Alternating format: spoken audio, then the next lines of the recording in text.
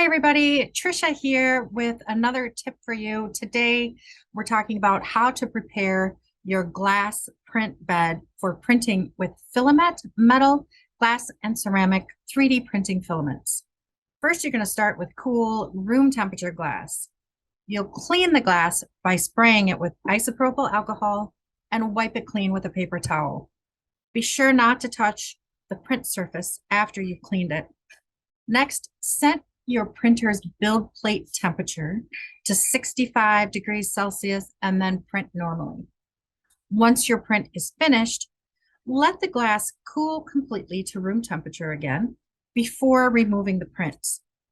It can be really helpful to remove the glass from the printer and place it on a cooler surface like a countertop or even concrete.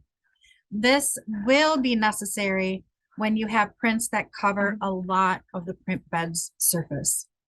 Do not put your glass in the freezer. That will make it harder to remove the prints.